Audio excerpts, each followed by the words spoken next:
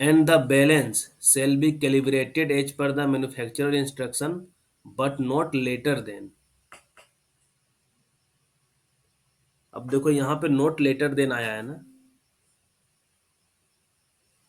और गजेट में जो ये गजेट का चीज है लग रहा है, 1 मिनट हम देखते हैं 132।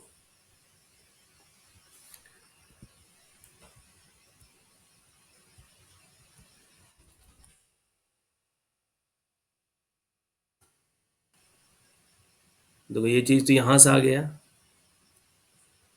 और जो सैम्पलिंग इंस्ट्रूमेंट का जो कैलिब्रेशन कर रहे हैं वो note on date which is not later than 1 year, मतलब विद इन 1 ईयर करना है, विद इन 1 ईयर करना है, ये गजेट वाला चीज है। ठीक है, ये गजेट का चीज है, तो यही क्वेश्चन वहां पे है।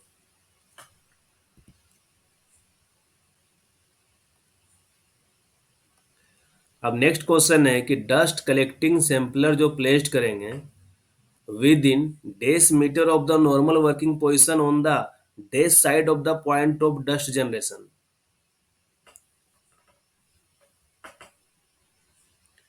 तो डस्ट कलेक्टिंग सैम्पलर,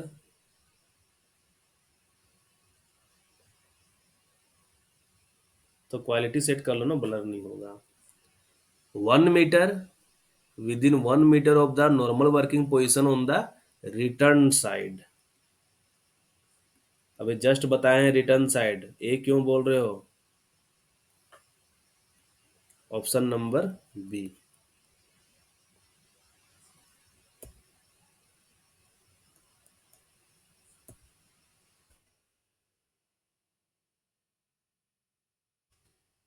ठीक है, अब थोड़ा सा इसका हम पहले थ्योरी थोड़ा बताते हैं तो ही आगे क्वेश्चन, आगे वाला क्वेश्चन बनेगा, नहीं तो क्वेश्चन नहीं बनेगा।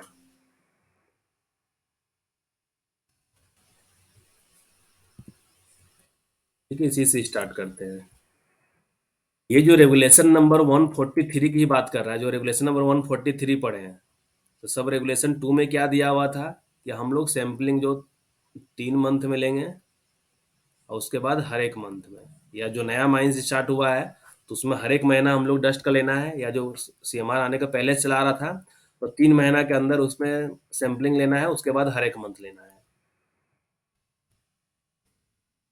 Airborne respirable dust sampling of air is to be done by dust sampler. वो किसके थ्रू अप्रूव्ड रहेगा? देखना कहीं भी कुछ भी डिवाइस दिया हुआ है ना, वो सारा अप्रूव्ड है किसके द्वारा? चीफ इंस्पेक्टर के द्वारा। तो चीफ इंस्पेक्टर के द्वारा अप्रूव्ड वाला ही यूज करना है।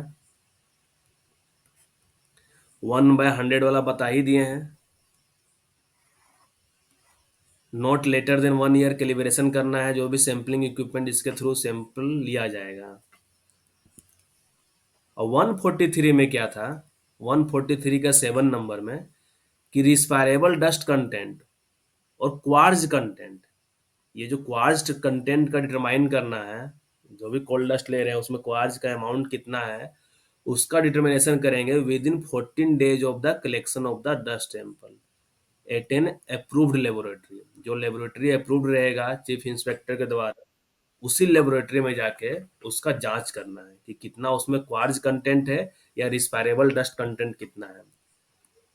अब तभी तो था ना कि 14 घंटा के अंदर, मतलब 14 दिन के अंदर जो है रिजल्ट आ रहा है, उसको भी अपना रजिस्टर बाउंड पेज बुक में लिख लेना है, मतलब सेम डे लिखना है।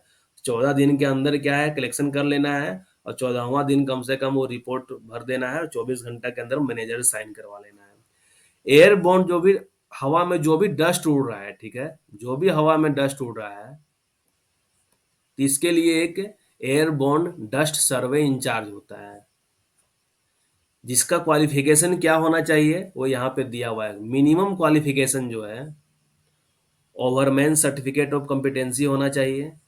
मिनिमम उसके पास 3 साल का एक्सपीरियंस होना चाहिए एज एन ओवरमैन, इंक्लूडिंग 1 साल उसी माइंस में जहाँ पे उसको इसका इंचार्ज बना रहे हैं, एयरबोर्न डस्ट सर्वे इंचार्ज, उसी माइंस में 1 साल कम से कम एक्सपीरियंस होना चाहिए।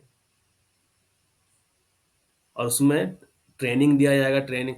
और ये बताओ, जो वर्कमैन इंस्पेक्टर जिसको बनाते हैं, उसका क्या एक्सपीरियंस वाला चीज दिया हुआ है कि जिस माइंस का बनाएंगे वर्कमैन इंस्पेक्टर को, मतलब ओवरमैन को वर्कमैन इंस्पेक्टर का चार्ज देंगे, तो उस माइंस का उसको कितना एक्सपीरियंस चाहिए होता है, और टोटल एक्सपीरियंस कितना चाहिए होता है वर्कमैन इंस्पेक्टर,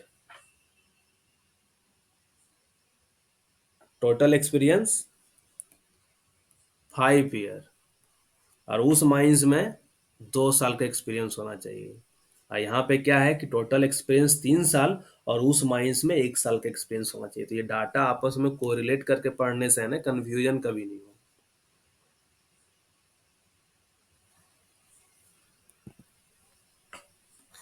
ट्रेनिंग कोर्स वगैरह ऐसा नहीं पूछेगा, सैम्पलिंग प्रोसीजर भी तुम लोग से नहीं पूछने वाला है। अब आता है कि कहाँ कहाँ हम लोग सैंपल लेते हैं।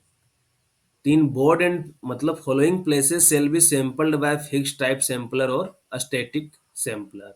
मतलब बताया था ना कि स्टैटिक सैंपलर फिक्स कर दिया जाएगा पॉइंट पे, और जो भी डस्ट जाएगा वो ऑटोमेटिक वो रिकॉर्ड करके फिर उसका हम लोग वे मतलब वेट वगैरह करके निकाल लेते हैं। तो बोर्ड एंड पिलर और रूम एंड पिलर वर्किंग के लिए सैम्पलर का जो पोजीशन रहेगा on the return side of the point of dust generation and within 1 metre of the normal working position of the operator, but not behind the operator और the worker. इस चीज को ध्यान रखना है जो वहां पे भी था। अब है क्या कि बोर्ड एंड पिलर मेथड में, तो ये ध्यान रखो कि मैच क्या होता है, 2020 क्रिकेट मैच होता है, 2020 वाला। लेकिन बोर्ड एंड पिलर और रूम एंड पिलर में क्या दिया हुआ है, 30-30। 2020 क्रिकेट मैच होता है, board and pillar room and pillar में दिया हुआ है क्या, 30-30। लॉन्ग वॉल वर्किंग में क्या दिया हुआ है, मतलब 30-30 वाला भी हो रहा है, 10-10 वाला भी हो रहा है। तो इस तरीके से ध्यान रखना है कि लॉन्ग वॉल में क्या है, 30-30 वाला है, 10-10 वाला है।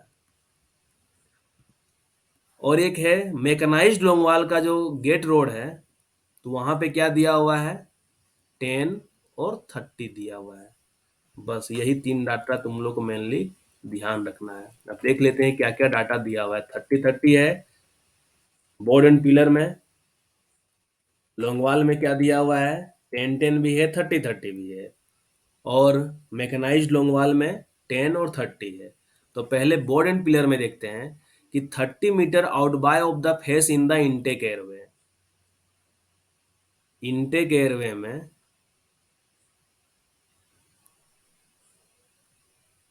30 metre out by of the face, मान लो ऐसा फेस ही बना देते हैं, टोटल सॉलिड फेस बना देते हैं, ठीक है। ये मान लो मेन इनटेक है, इधर से रिटर्न है, तो 30 metre out by of the face in the intake airway, ये इनटेक एयरवे है, ये फेस है, तो इस फेस से 30 मीटर आउट बाय लेना है, सिंपल। कहाँ चला गया, लोंगवाल के लिए बता, लोंगवाल यहाँ देखो इसमें 30 metre out by of the first working face in the intake side of the district, ठीक है। वही हमको लगा डाटा कुछ उल्टा हो जा रहा है।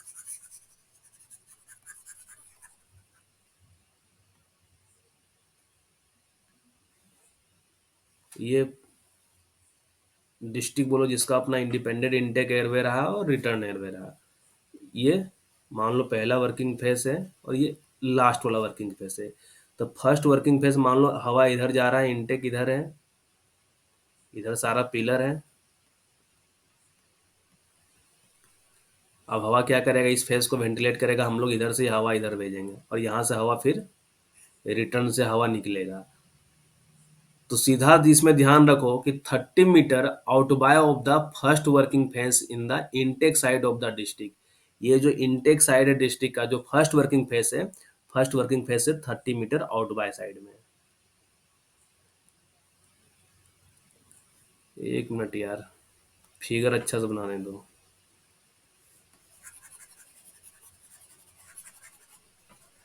क्योंकि इसमें फिगर का ही है।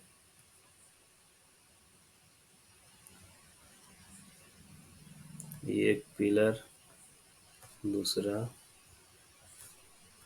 तीसरा, ठीक है।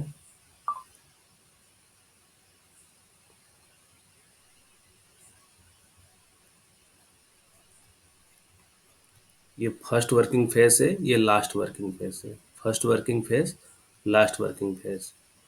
ये इनटेक इधर से हवा जा रहा है, इस फेस को वेंटिलेट करेगा, फिर हवा इसमें जाएगा, इधर हम लोग स्टॉपिंग लगा देंगे और हवा लास्ट वर्किंग फेस में इधर से हवा रिटर्न निकलेगा।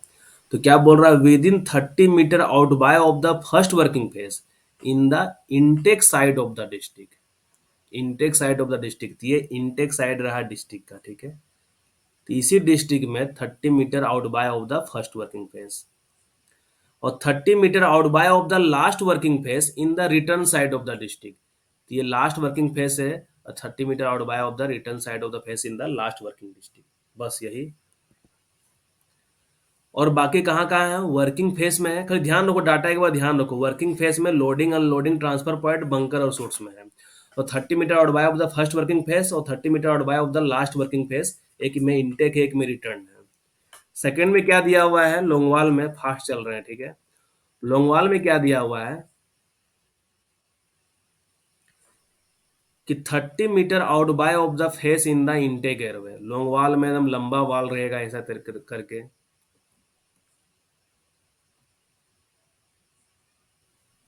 इधर मेन गेट रहेगा और एक तरफ टेल गेट रहेगा। तो 30 metre out by of the face in the intake airway. तो ये इनटेक एयरवे रहेगा, 30 metre out by of the face in the intake airway. 10 metre from the intake end at the face. 10 metre from the intake end at the face, मतलब intake end से 10 metre तक face में। 10 metre inbye of the return end of the face. Return end इधर रहेगा, तो return end में in by side की ओर से, ठीक है ना, इन बाय साइड में, मतलब मान लो ये रिटर्न इंड रहा, ये रिटर्न रहेगा, तो इसका इन बाय इधर रहेगा, आउट बाय इधर रहेगा। तो रिटर्न इंड में 10 metre inbye end of the face, inbye side में यहाँ पे at the centre of the face. तो इसमें ध्यान रखो 10-10 मीटर वाला डाटा साथ में, ठीक है ना। 10-10 मीटर वाला डाटा क्या है, क्योंकि ये क्वेश्चन एनसीएल में अगर नहीं आता है तो हो सकता है क्वेश्चन एमसीएल में आ जाए। तो 10 metre from the intake end at the face और 10 metre inbye of the return end of the face और 30 metre out by of the face in the intake airway और 30 metre out by of the face in the return airway.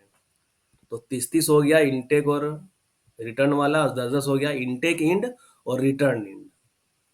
और इसमें क्या हो गया, 10 metre out by of the face और 30 metre out by of the face. बस यही ध्यान रखना है और इसमें ज़्यादा कुछ ध्यान नहीं रखना है। और यहाँ ओपन कास्ट से रिलेटेड एक डाटा दिया हुआ है, तो ये ज़्यादा इंपॉर्टेंट है कि फिक्स्ड पॉइंट और static sampling in open cast working और अदर सरफेस ऑपरेशन, ये जो भी है कंसेंट्रिक सर्कल के रूप में रखना है इस तरीके से, 5 मीटर और 10 मीटर के रेडियस में, 5 मीटर और 10 मीटर के रेडियस में, कि जो भी पॉइंट ऑफ इक्विपमेंट, जो भी इक्विपमेंट जनरेट कर रहा है, डस्ट वगैरह जो भी हो सकता है, तो उसके चारों ओर इस तरीके से हम लोग कंसेंट्रिक सर्कल बना देंगे फिक्स्ड पॉइंट सैंपलर का यूज करके और रख देंगे। और उसके बाद देखेंगे कि चारों ओर कितना डस्ट इसमें कलेक्ट हुआ है।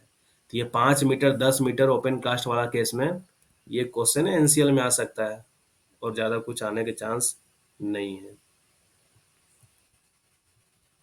बाकी सब चीज, हाँ, जो फिल्टर पेपर यूज होता है उसको कम से कम 3 साल के लिए है ना प्रिजर्व करके रखना है। जो भी मान लो ये डस्ट बता रहे हैं कि डस्ट सैंपलर जो है जिसमें डस्ट आके डिपॉजिट हो रहा है, तो वो फिल्टर पेपर को होता है, फिल्टर पेपर में डिपॉजिट होता है।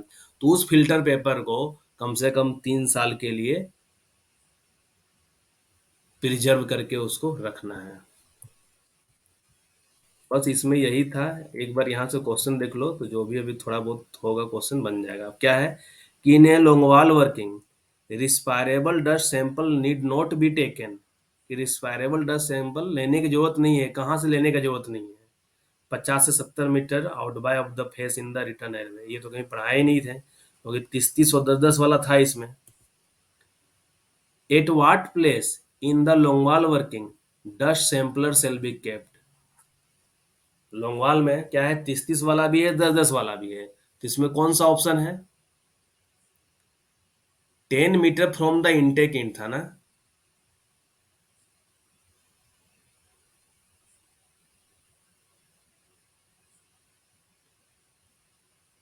इसमें कौन सा ऑप्शन सही है?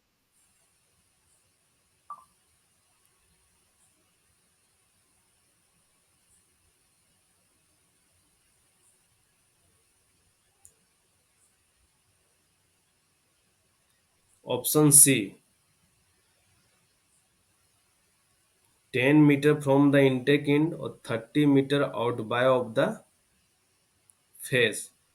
30 metre from the intake in and 30 metre out by of the face. 10 metre from the intake in, 10 metre out by of the face, ये ऑप्शन नहीं था। 30 metre from the intake in और 10 metre out by of the face.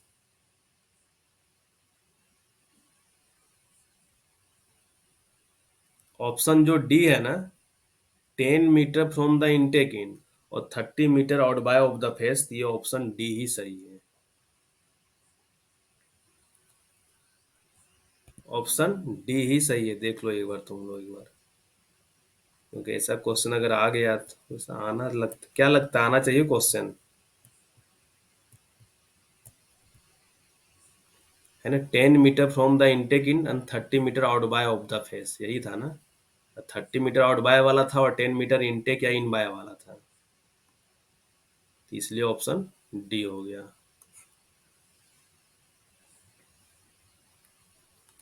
छोड़ो वो नहीं आएगा, ये देखो 91 नंबर का बता दो, 91 नंबर बताओ, ये सब छोड़ दो, छोड़ ही दो ये सब, ठीक है ना। आएगा तो सब लड़का लोग तुक्का मारेगा, कोई उतना पढ़ के जाएगा नहीं लग रहा है। ये देख लो 91 नंबर देख लो, ये आ सकता है, ठीक है ना। ये ओपन कास्ट से रिलेटेड है। ये ओपन कास्ट में जो कंसेंट्रिक सर्कल वाला जो बताया है क्वेश्चन अभी, कितना मीटर पड़ेगा?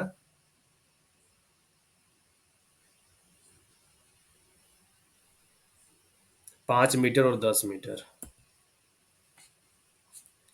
जो फिल्टर पेपर होता है उसको हम लोग कितना साल तक प्रिजर्व करके रखेंगे? बाकी थ्योरी वाला क्वेश्चन छोड़ दो।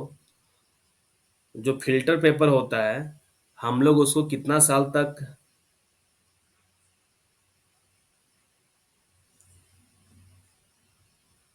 प्रिजर्व करके रखेंगे? 3 साल तक है।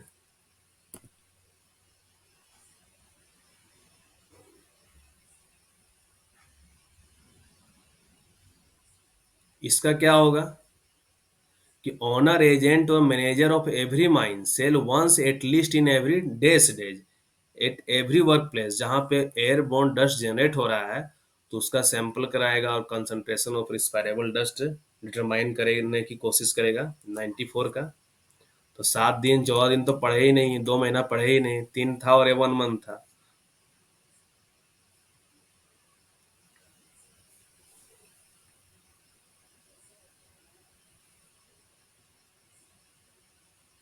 क्या बोल रहे हो?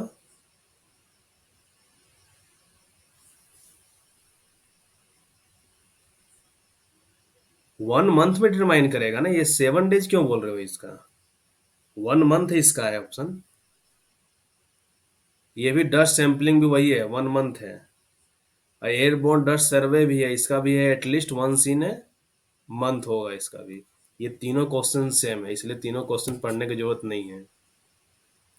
97 नंबर क्या होगा और 98 क्या होगा, ये बताओ, दोनों सही बता सकते हो तुम लोग।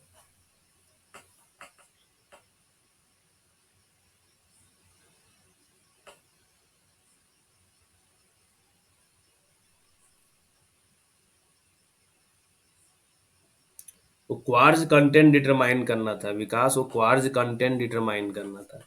97 का हो गया बी नंबर, 98 का क्या हो जाएगा?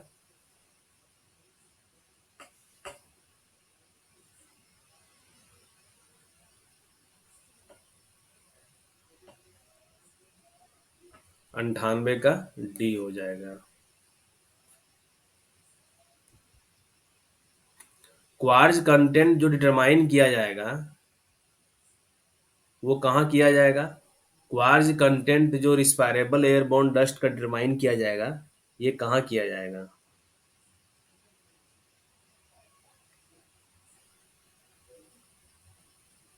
एरिया लेबोरेटरी में करेंगे, रेस्क्यू स्टेशन में करेंगे, सिम्फर में करेंगे, या नेशनल मिनरल लेबोरेटरी में करेंगे, या सेंट्रल मैकेनिकल इंजीनियरिंग एंड, यहाँ नहीं करेंगे, यहाँ नहीं करेंगे, यहाँ नहीं करेंगे। सिम्फर में ही भेजा जाता है, वैसे चीफ इंस्पेक्टर के द्वारा अप्रूव होना चाहिए वो लेबोरेटरी, ठीक है। विकास, ए क्यों मार रहे हो? ए नहीं।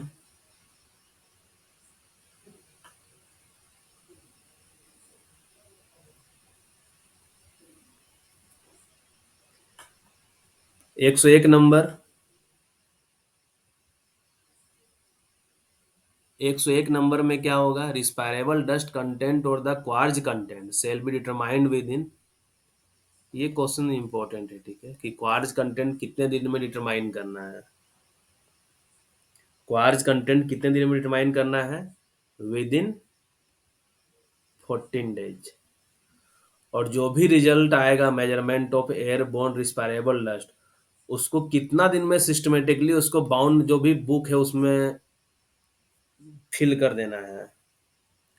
All result of the measurement of airborne respirable dust and all other relevant particulars, उसको सिस्टमेटिकली कितने दिन के अंदर रिकॉर्ड कर देना है?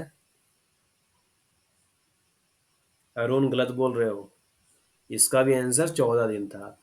और विद इन कितना आवर मैनेजर का साइन लेना है? मैनेजर का साइन जब रिपोर्ट फिल हो गया है, फिर मैनेजर का साइन कितने देर के अंदर लेना है?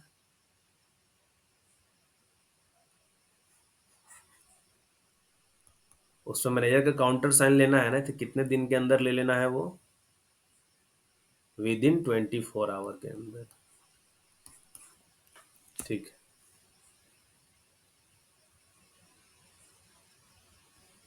यही क्वेश्चन यहाँ पे आ गया कि विद इन जो 14 डेज के अंदर उसको रिपोर्ट को भर लेना है और 24 घंटा के अंदर मैनेजर साइन कर लेना है।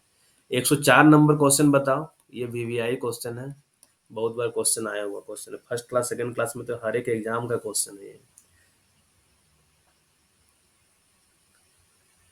अगर एवरेज कंसंट्रेशन ऑफ रिस्पायरेबल डस्ट जो हो रहा है इन ए सीरीज ऑफ, कितना sample taken? 5 sample taken in success 7 successive normal shift और एक्सीड कर जा रहा है 1.5 टाइम्स द परमिसिबल लिमिट, तो उस ऑपरेशन को क्या करना होगा? सीज कर देना होगा।